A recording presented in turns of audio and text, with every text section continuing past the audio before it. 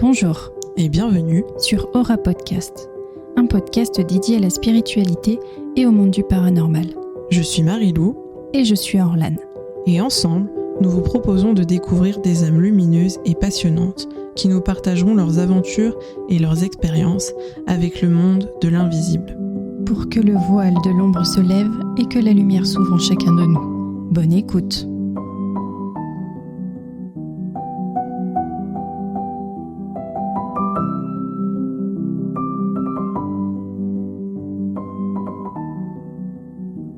Bonjour à tous et bienvenue à Charlotte, alias Renaissance sur Aura Podcast. On est ravis de t'accueillir aujourd'hui. Tu vas pouvoir nous raconter tes histoires paranormales. Je te laisse te présenter dans un premier temps. Eh bien, bonjour à tous. Moi, c'est Charlotte, donc alias Renaissance Holistique. Je suis, c'est difficile de mettre des termes, mais je suis énergéticienne, magnétiseuse, ce que vous voulez, sorcière. Voilà, moi, j'aime bien ne pas mettre de termes. J'aime bien ne pas être définie. En tout cas, j'ai créé mon soin Renaissance, qui est un soin qui permet de retrouver bien-être, apaisement, d'aller comprendre un petit peu les maux du corps, les blocages qu'on peut retrouver parfois. Voilà, donc mon rôle, en fait, c'est tout simplement de venir vous aider à vous découvrir et à rayonner pleinement. Donc, je suis ici aujourd'hui. Merci à vous deux de m'avoir invité pour vous raconter mes histoires paranormales parce que dans mon métier, étant donné que je nettoie des maisons, je nettoie des corps, je suis amenée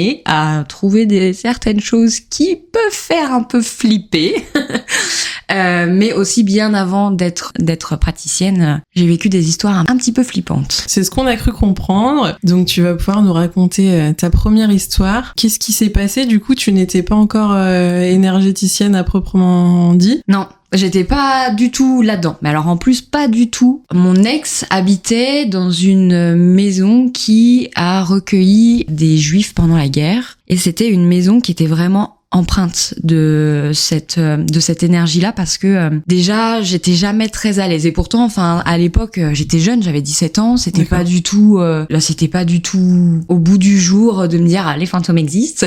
Pas du tout. Tu crois pas que t'avais des sensibilités déjà un petit peu? Alors j'avais des sensibilités parce que ma grand-mère m'a raconté des épisodes quand j'étais petite, mais je pense que ça me faisait tellement peur que j'ai fermé. La chance entre guillemets que j'ai eue, c'est quand même les parents de mon ex qui m'ont beaucoup ouvert à ça. Ils étaient d'origine espagnole et dans leurs origines, en fait, c'était beaucoup le paranormal, le mauvais œil, tout ça existe. Ouais, c'est vrai que c'est bien plus courant comme au Portugal, vraiment. Etc.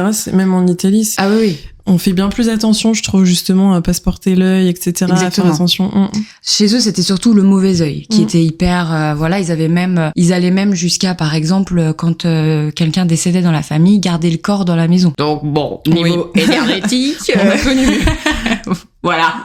Donc c'est eux qui m'ont quand même aussi beaucoup aidé à comprendre ce qui se passait quand j'allais dormir chez mon ex. Donc chez ses parents, du coup, puisqu'on était jeunes. Plusieurs fois, au début, j'entendais des gens monter dans l'escalier. Ok. Voilà. Donc bon, moi je me dis, c'est ses parents. Donc je me dis, c'est sa mère ou son père qui descend ou qui monte les escaliers. Je regarde l'heure, impossible, les deux devaient être au boulot, mon ex à côté de moi dans le lit. Punaise. Bon, ok. Pas de problème. Ça commence bien. Ouais, c'est ça. Et un jour, mon ex me dit, parce qu'ils avaient un chien, est-ce que tu peux venir garder le chien pendant qu'on part en vacances? Pas de problème. Moi, je voyais pas de problème à ça, donc j'ai gardé la maison toute seule pendant tout un week-end. Et c'était cool. Et donc, pendant tout ce week-end-là, donc déjà le chien, voilà, les animaux, on peut leur faire vraiment confiance. Le chien ne rentrait pas dans la maison. Donc à partir du moment où un chien ne rentre pas dans une maison, c'est bizarre. Voilà, c'est que les animaux sentent très très bien tout ce qui se passe. Déjà, faut un petit peu, s'inquiéter. Sa mère, ce que je vous ai pas dit, mais sa mère me dit avant de partir, tu t'inquiètes pas, j'ai vu une ombre. Oh mon Dieu, très rassurant. J'ai vu une ombre passer ce matin, mais ça doit être dans ma tête. Ouais, bien sûr. Donc, spoiler alerte, c'était pas dans sa tête. Donc voilà, donc je vais pour garder la maison. Et qu'est-ce qui se passe comme dans les films d'horreur? J'ai besoin d'une bouteille d'huile rangée à la cave. Ah mon Dieu, voilà qui va. Donc là, quand t'es devant ton film d'horreur, je te dis, vas-y pas. Et toi, tu y vas. Moi j'y vais. Parce qu'en fait, c'était donc pour donner, parce que le chien prenait de l'huile dans ses croquettes. Donc forcément, je me suis pas dit, moi je peux me passer d'huile, mais le chien, non. Donc bon, Donc je prends mon courage à deux mains, j'étais déjà pas très sereine. Je rentre dans cette cave et en fait là c'était le pire parce que ces caves dans ces maisons-là, avant c'était des tunnels pour que les juifs puissent s'enfuir au cas où s'il y avait la police qui arrivait, les nazis qui arrivaient. Donc là tu rentres dans cette cave, même encore là j'ai des frissons mais parce que c'est empreint vraiment de peur et c'est terrifiant et c'est encore plus terrifiant parce que, en gros, ils ont fermé les tunnels. Donc, t'as deux murs de fondations complètement différentes. Et là, en plein milieu, un mur de briques. Et moi, ça m'a traumatisée. Cette cave, je me suis dit, mais c'est pas possible. Et puis là-dedans, mais je me sentais tellement mal. Oh là là. Donc, je remonte vite. Je remonte vite les escaliers. J'avais l'impression que quelqu'un était derrière moi. Parce que, de toute façon, quand on monte des escaliers d'une cave, on a toujours l'impression que quelqu'un nous suit. Donc je donne l'huile, tout ça, je vais me poser sur la télé et là, donc, les robinets s'ouvrent. Aïe. Donc j'entends le robinet de la salle de bain qui s'ouvre, je me dis, voilà. On est d'accord que c'est pas un robinet automatique. Non, c'est un robinet manuel. Voilà, on est d'accord. C'est un robinet manuel. Donc, je me dis, c'est moi, en brossant les dents. T'as oublié. Toujours. C'est moi, voilà.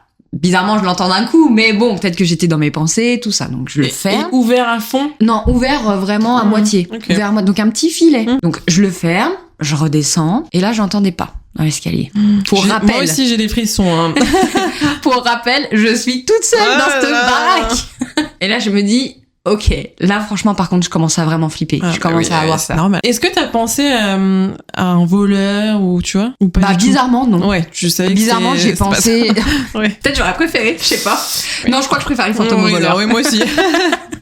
Mais c'est vrai que à aucun moment j'ai pensé que j'étais pas seule dans la maison. Ouais. Mais pas seule personne vivante qu'on peut toucher, quoi. Ouais. Tu savais qu'il y avait quelque chose de pas normal, mais... Et puis, c'est vrai que vu que sa maman, elle m'expliquait souvent qu'elle voyait beaucoup de choses passer dans cette maison, que, donc moi, je me suis dit, super, elle a vraiment vu une ombre. Qu'est-ce que je fais, quoi? Parce que moi, en plus, je viens d'une famille complètement cartésienne qui ne croit pas du tout en tout ça, donc j'ai même pas ma mère à appeler en disant, qu'est-ce que je fais avec un fantôme? Donc, je prends sur moi, je me dis, c'est dans ma tête. Je me suis dit tout le week-end, c'est dans ma tête, hein, pour me rassurer. Oui, elle est courageuse. Moi, je crois que je serais partie en courant. Donc, j'entends quelqu'un marcher dans les escaliers. Donc, en plus de ça, qu'est-ce que je fais? Je vais voir. La barge. Bien sûr, rien. Mais cette sensation vraiment d'inconfort, de peur. En fait, c'était bizarre parce que c'était de la peur, parce que je connaissais pas, mais j'avais pas peur. Dans le sens où je sentais pas que ça allait me faire du mal. D'accord. Enfin, c'est bizarre de dire ça, mais je sentais que j'étais pas seule, mais je sentais pas que c'était mauvais, nocif, et que ça allait venir m'embêter, quoi, vraiment. Et du coup, peut-être que justement, il se cachait de toi, tu vois. Peut-être. Certainement, parce que du coup, tu vas voir la suite de l'histoire. Ouais. En fait, je pense qu'ils avaient plus peur de moi, parce que du coup, les entités, quand elles sont dans leur état d'entité, quand elles sont décédées, la maison, elle la voit comme eux étaient déjà dans cette maison. Ouais. Comme à l'époque, tout ça. Donc, en réalité, l'intrus pour eux, c'est moi. Comme moi, l'intrus pour moi, c'est eux. C'est ça. Donc, voilà, j'entends les pas dans les escaliers. Je me dis, allez, je vais me coucher. La couette, c'est un bouclier protecteur. Au moins, bien sûr. Il pourra rien m'arriver. Et là, les robinets s'ouvrent encore. Donc là, je dis, ok, qu'est-ce que je fais? Est-ce que je le laisse couler toute la nuit? Donc, je vais le fermer. Je retourne dans mon lit. Et là, je sais pas pourquoi, ce qui me prend de dire, arrêtez d'ouvrir les robinets. Ok, tu savais, allez, c'est bon, ça suffit maintenant. La folle du village, arrêtez d'ouvrir la robinet. Elle parle comme ça dans le vide, tout va bien. J'étais tellement en stress, je savais pas quoi faire. Donc je me suis dit, je vais parler, parce que je voyais la mère de mon copain, des fois, de mon ex, de leur parler. Enfin, elle leur parlait, des fois, elle leur disait, mais allez, laissez-nous tranquille, tout ça. Ok, donc elle aussi, elle était là-dedans. Quoi. Elle était pas là-dedans, mais en fait, elle a été éduquée à que ça existe. Ouais. Donc, du coup, je faisais comme elle. Je disais, allez, non, vous me foutez la paix, laissez-moi, arrêtez d'ouvrir le robinet. Donc, je vais me coucher, je commence un peu à m'endormir, vers 3h du matin, je me réveille, le robinet qui ouvre, et le pire de tout, j'entends des enfants rigoler. Et là, comment dire que là, vraiment, je me suis chiée dessus. Là, c'est bon, là, c'était le summum. Puis en pleine nuit. En pleine nuit, 3h du matin. Je crois que les rires des enfants, je trouve que ça a une connotation tellement film d'horreur. Tu vois, alors qu'en soi, un rire d'enfant dans la vraie vie, c'est chouette. Mais je trouve que entendre un rire d'enfant comme ça, je trouve que c'est flippant. En fait, un rire d'enfant en journée, c'est chouette. C'est ça. Un rire d'enfant à 3h du matin, alors qu'il n'y a pas d'enfant dans la maison, c'est peu moins chouette. Ouais. Mais du coup, en fait, je sais pas pourquoi, je me suis dit, cette maison, elle a une histoire qui, du coup, a certainement une histoire où des enfants ont certainement vécu dans cette maison. Et si ces enfants sont ici, malheureusement, c'est qu'il leur est arrivé des choses très difficiles. Donc je me suis dit, écoute, respecte, essaye juste de dormir. C'est pas grave. Ça va bien se passer. Oui, je vais pas vous mentir que j'ai eu peur, mais pas plus que ça. Ouais, mais moi je trouve que c'est fou, mais je pense que c'est un ressenti aussi, parce que peut-être que si ça avait été mauvais, t'aurais eu peur, tu vois. Mon ex avait une meilleure amie. Là pour le coup, donc sa mère nettoyait un peu le mauvais œil. Bien, bonjour.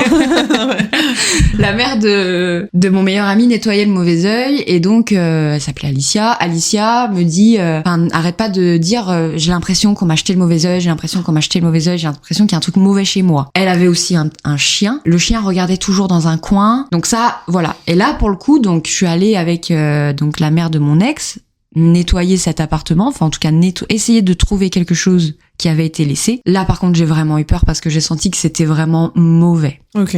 Et par exemple, Alicia, elle était tout le temps très malade, elle avait toujours plein de problèmes, elle rencontrait que des personnes très très toxiques, que des personnes qui pouvaient lui valoir, lui faire du mal. Elle se réveillait des fois, elle oubliait complètement ce qui se passait dans les soirées, la nuit, tout ça.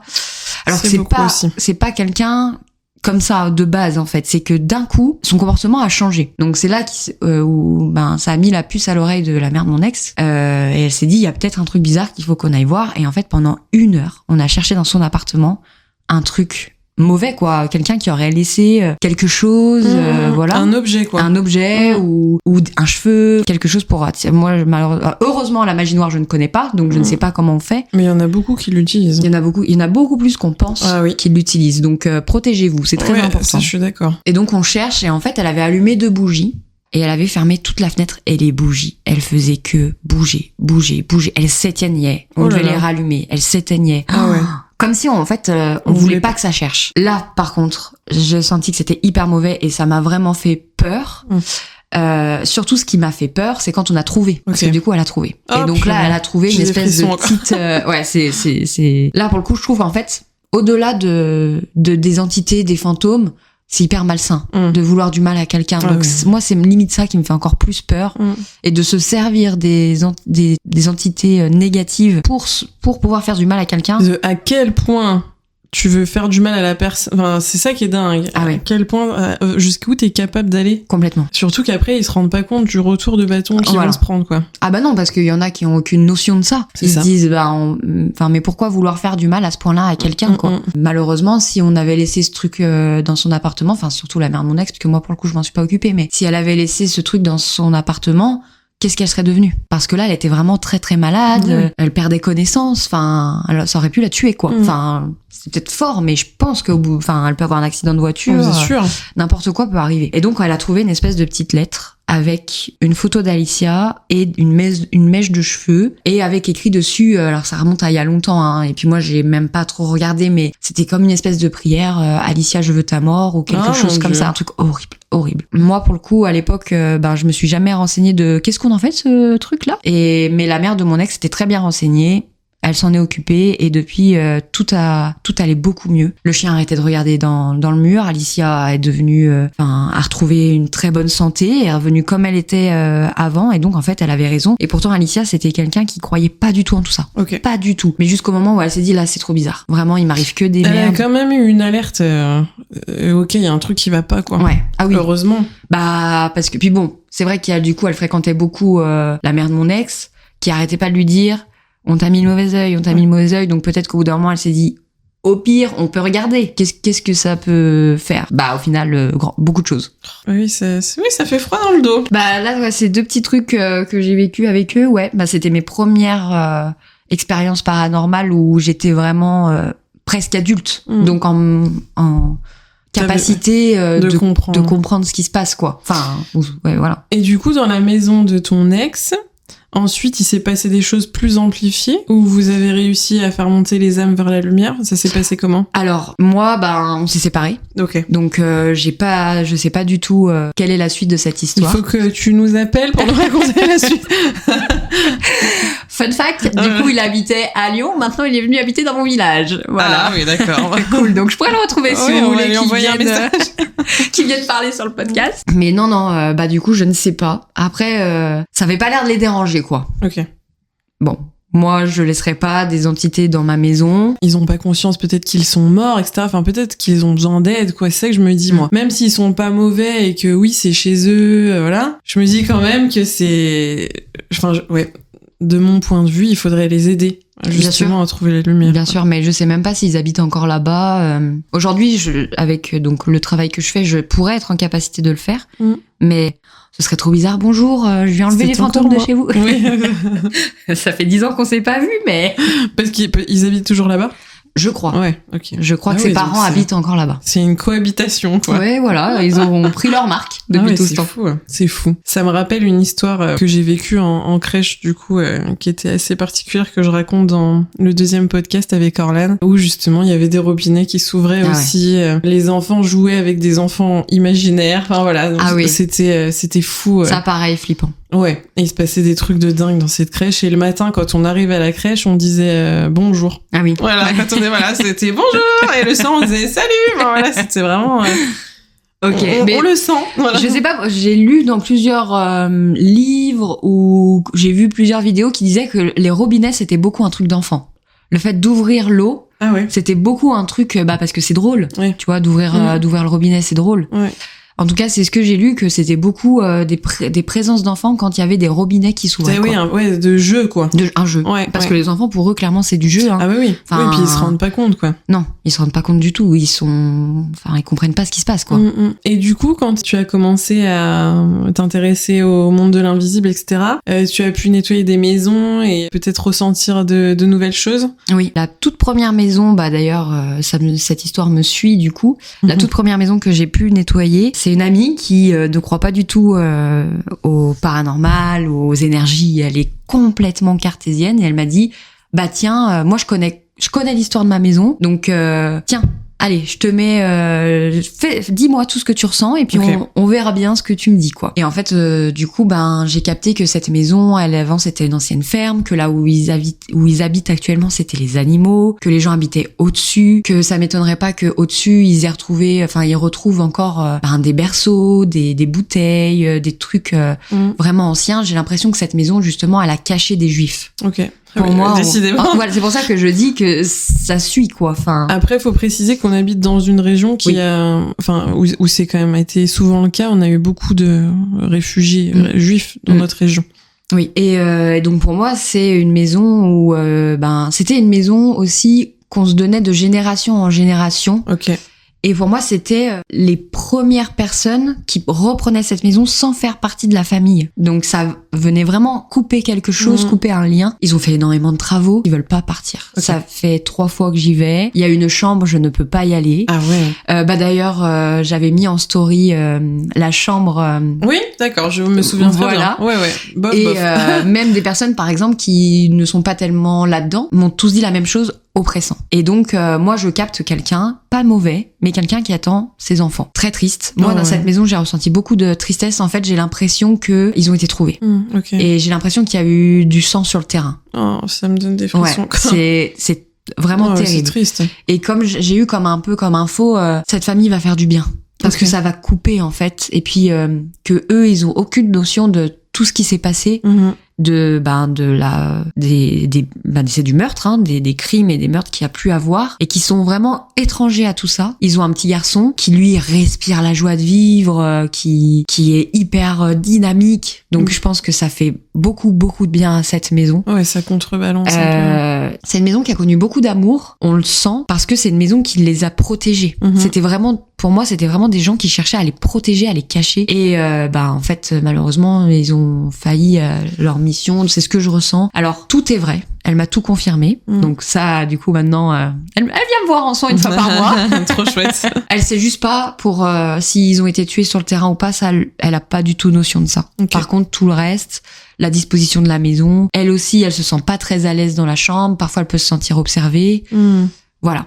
Mais après, encore une fois, je l'ai un peu rassuré en disant, pour moi, il attend juste de retrouver ses enfants. Oh, c'est terrible. Ouais. Et il veut pas entendre ah non. qu'ils sont partis. En fait, je sais même pas si c'est vraiment une entité ou si c'est même pas une mémoire. Ouais, tu vois, qui reste et qui, non, mais j'attends.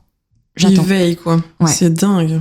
C'est ça. Mais ça veut dire que c'est tellement puissant, je me dis, ce qu'il a vécu pour qu'il soit là. C'est hyper puissant. Enfin, ouais, et puis après tout ce temps, quoi. Ah bah oui. Et du coup, ce qui est drôle, c'est que en haut, ils ont une grange immense. Et dans la grange, il y a des petites ouvertures où on peut monter et on peut aller dedans. Ils ont retrouvé un berceau, ils ont retrouvé du liniment qui date d'avant la guerre. Waouh. Ouais, donc incroyable. Merci pour cette histoire. Il me semble que tu en as une autre à nous raconter. On t'écoute.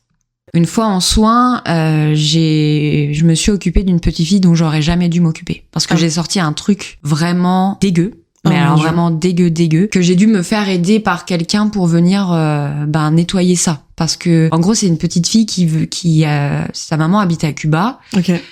Donc ils sont venus ici rejoindre son compagnon. Donc ça faisait seulement 2 ans qu'elle était en France. Et la petite fille, du coup, elle avait 7 ans, elle mangeait pas. Elle ne mangeait absolument rien. Elle avait du vitiligo sur tout le corps. Elle ne dormait pas la nuit. Enfin voilà, il y avait quand même des choses qui étaient compliquées. Moi, je me connecte à cette petite fille et c'était presque au tout début que je faisais des soins. Ah oui, j'ai créé le soin l'univers Renaissance. avait envie de te tester un peu. Voilà, super. Et donc je me connecte à cette petite fille et tout de suite j'ai l'image de quelqu'un qui se met le feu. Donc là je me dis, ok, l'ambiance ça va être sur une petite fille de 7 ans. Ouais, bof. C'est lourd, c'est très lourd. Déjà sur un adulte c'est très lourd, mais là j'ai trouvé ça particulièrement bizarre. Donc je demande à sa maman, j'ai l'image de quelqu'un qui se met le feu. Est-ce que tu sais c'est quoi? Elle me dit c'est ma tante qui s'est immolée en fait pour te raconter. Elle avait utilisé de la magie noire et pour se sortir de tout ça, elle s'est mis le feu parce que elle arrivait pas à s'en sortir. Et donc moi je suis déjà connectée. Oui. Oh mon Dieu. Et moi je suis déjà connectée à cette fille, à cette petite fille. Donc je suis connectée à ces énergies-là. Donc là je me dis OK. Bon, on va l'aider parce que le but c'était quand même d'aider cette petite fille et je me suis dit comme tout dans la vie, on verra bien après qu'est-ce qui se passe. Donc je nettoie et là je sens que je sors un truc comme s'il y avait une énorme masse noire qui sortait du plexus solaire. Oh là là. Et j'ai senti que tout de suite c'était parti se cacher. Ouais, ok. Voilà. Donc, pas cool pour toi non plus. Non, pas cool du tout. Donc je fais le soin à la petite fille. Là où j'ai été contente, c'est que la maman m'envoie un message en disant elle a mangé un énorme McDo, c'est jamais arrivé. Elle dort super bien. Enfin depuis.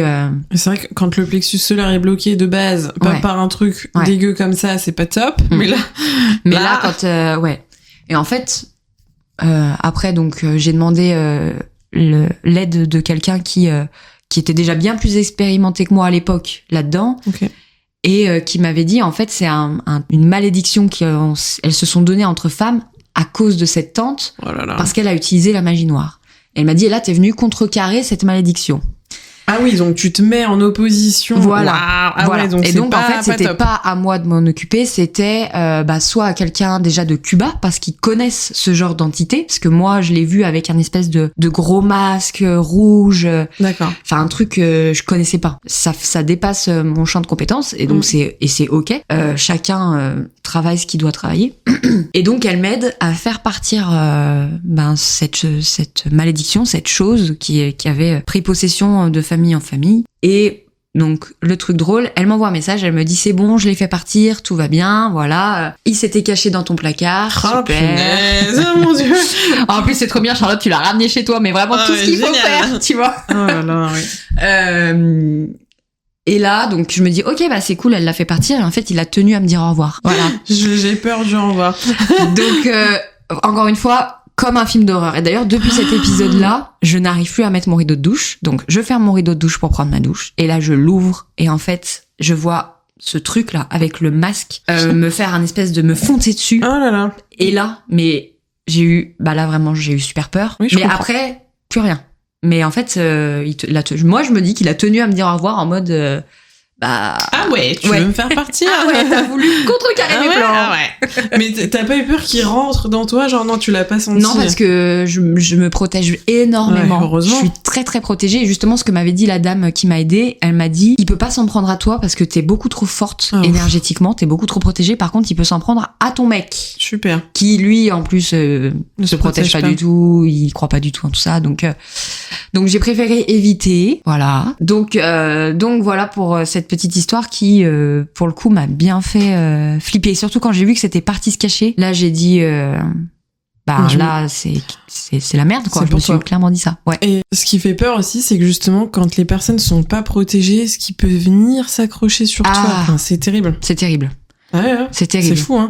Toute personne qui travaille dans des lieux type hôpitaux, les cimetières, les églises, ou juste quelqu'un qui vit dans une ancienne bâtisse, il faut se protéger, c'est trop important. Parce que même si ça vous fera pas de mal physiquement, ça vous plombe votre énergie et vous vous sentirez jamais bien, vous vous sentirez toujours très fatigué, comme si quelque chose vous pompait de l'énergie, quoi. Puis même, parfois, juste la mémoire des lieux où il y a quelqu'un qui s'est disputé, machin, et ben du coup, tu rejoues l'histoire. Complètement. C'est fou, ça aussi. Ben oui, et puis la mémoire des lieux, j'ai nettoyé une maison une fois, là pour le coup, il y avait pas d'entité, il y avait vraiment que de la mémoire des lieux. Et donc, c'était des amis qui ont acheté une maison.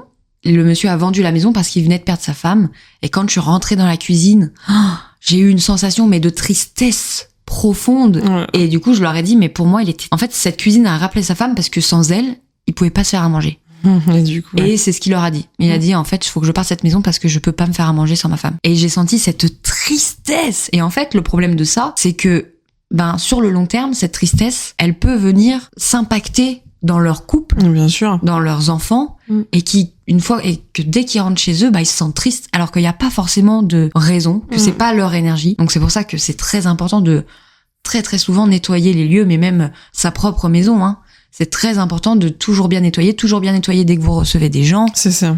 C'est vrai aussi, dès que vous avez du passage, dès qu'il y a des travaux, c'est hyper important. En crèche aussi, pour avoir travaillé en crèche, je trouve que les énergies, elles étaient très présentes. Les enfants, ils sont très sensibles à tout ça, mais je trouve que justement, peut-être pas ils attirent, mais ils embarquaient avec eux beaucoup d'énergie. Et moi, dans toutes les crèches dans lesquelles je suis passée, celle où il se passait des choses paranormales, c'était assez fou. Et c'était un ancien orphelinat, donc des trucs pas ouf.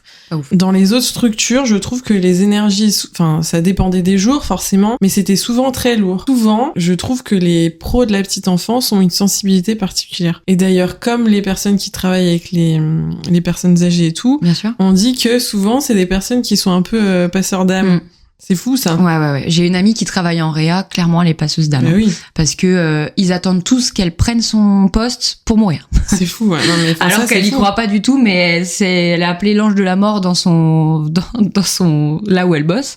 Mais parce que vraiment, il y a des gens qui lui ont dit qu'elle n'avait jamais vu, qu'elle n'avait pas pris en soin, qui ont dit avant de mourir, je vous attendais. Donc là, c'est flippant. Surtout qu'elle, pour le coup, elle est pas du tout là-dedans. Pas du tout. Là. Elle aime bien, ça l'intéresse, elle vient en soins, mais voilà. Et puis heureusement qu'elle vient en soins. Pas là-dessus, quoi. Parce que faut pas rester avec ça, et puis il faut surtout ne pas absorber tout ce qui se passe à ce moment-là, quoi. On t'écoute pour ta dernière histoire.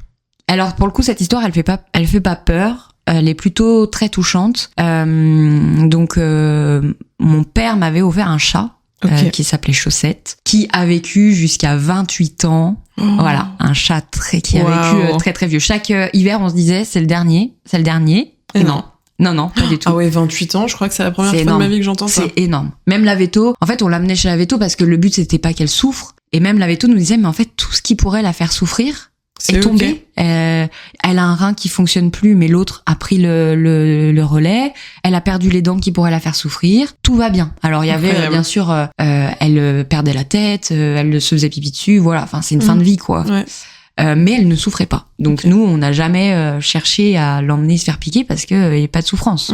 Et donc c'est le chat que mon père m'a offert, et mon père est décédé avant que je passe mon BTS diététique. Et quand j'ai pris mon premier appartement, la veille, j'étais avec des amis, on mangeait dans mon salon, et là je vois mon père passer. Je suis persuadée d'avoir vu mon père passer. Waouh. J'ai une amie qui croit pas du tout en ça et qui m'a dit est-ce que t'as vu comme moi? Est-ce que t'as vu comme moi? Incroyable. Donc là, même là, j'ai des frissons. J'ai dit, oui, je pense que j'ai vu comme toi. Et elle s'est mise vraiment à pleurer très fort parce que ça lui a fait très très peur. Ouais. Ce qui est normal. Ça peut se comprendre. Ça peut vraiment se comprendre, c'est tout à fait normal. Donc, je la rassure, je lui dis t'inquiète pas, au pire c'est mon père. Oui, c'est pas grave. C'est rien de mauvais, c'est pas grave, il est juste de passage, c'est ok, voilà. Donc je vais me coucher, le lendemain matin je me levais tôt parce que je récupérais mes clés de mon appartement. Et là j'entends un gros bruit dans la nuit, mais je me dis bon bah c'est Chaussette qui s'est perdue quoi, comme d'habitude. Ouais, elle s'est tapé la tête ou quoi. Ouais. Je m'endors, et là je sens un chat qui me monte sur le dos. Ok. Et qui vient se mettre vraiment au milieu de mon dos. Donc je me dis bon bah c'est Chaussette qui a réussi à ouvrir la porte et qui monte dessus toi, quoi. Normal parce qu'elle dormait beaucoup avec moi. Et là je sais pas pourquoi je mets ma main, pas de chat, mais je sentais le poids vraiment sur mon dos, mais très très lourd. Okay. Je dis mais waouh, mais c'est qu'est-ce qui s'est passé là? Bref. Bon, je me rendors, je me lève le matin et en fait je trouve Chaussette qui est décédée. Elle s'est mise dans sa litière et donc c'est ça que j'ai entendu. C'est les grains. En fait, quand elle s'est mise là-dedans, peut-être pour se cacher ou je sais pas. Donc j'emmène Chaussette chez le véto, donc en pleurs parce que c'était le chat de ma vie, c'était mon père qui me l'avait offert, c'était le dernier lien que j'avais vraiment avec lui. Et la véto m'a dit mais en fait souvent les chats nous accompagnent jusqu'à des cycles. Et la pauvre Chaussette, je suis partie très longtemps, enfin je suis partie très vieille de chez mes parents. Du coup elle a dû se dire je tire mais j'en peux plus. C'est pour ça qu'elle a vécu aussi longtemps, enfin aussi vieille. Elle m'a dit, elle vous a accompagné jusqu'à votre prochain cycle, et c'est pour ça qu'elle a choisi, pour moi, c'est pour ça qu'elle a choisi ce jour-là pour décéder. Et j'ai entendu ce bruit, et je l'ai senti sur mon dos. C'est ça qui est fou, elle est venue après. C'est incroyable. Et à chaque fois que je vais redormir chez ma mère, je sens le chat qui monte, et qui vient se mettre dans mon dos. Donc ça peut faire peur à des gens qui croient pas à tout ça, mais en fait c'est tellement, ça me permet de la retrouver un temps quoi. Donc c'est trop cool. Puis ça veut dire qu'elle a pas quitté le lieu non plus. Elle est toujours là-bas quoi. C'est trop beau. Et puis on a mis ses cendres, on les a mis là, on a mis les cendres de mon père. Voilà, tout est juste, tout est ok. Et donc là pour le coup ça fait pas peur, ça fait plutôt du baume au cœur. Et en fait souvent on pense que les entités, le paranormal, ça fait tout le temps peur. Mais bien souvent, non. Bien souvent, quand on a des signes d'une entité, par exemple moi, mon père, un grand-père, une grand-mère, c'est réconfortant. C'est réconfortant. Oui, ça peut faire peur, mais par contre, après, quand on passe cette non-connaissance, en fait, c'est incroyable de se dire qu'on peut les retrouver, en fait. Et justement, je trouve ça un petit peu porteur d'espoir et donneur d'espoir quand on pense à la vie après la mort. C'est pas une fin en soi et il se passe d'autres choses après. On n'est pas tout seul, quoi. Non, on n'est pas tout seul et c'est incroyable de pouvoir se dire que les personnes qui nous quittent, qui nous manquent profondément, parce que c'est très dur. On doit s'habituer à leur absence, mais qu'en réalité elles sont pas si absentes que ça. Elle veille sur nous. Complètement. Merci beaucoup pour cet échange, Charlotte. Avec plaisir. Merci à vous. C'était passionnant. On te souhaite une très belle aventure. Merci beaucoup. Et une belle route pour la suite. Merci beaucoup, vous aussi. Merci et à bientôt.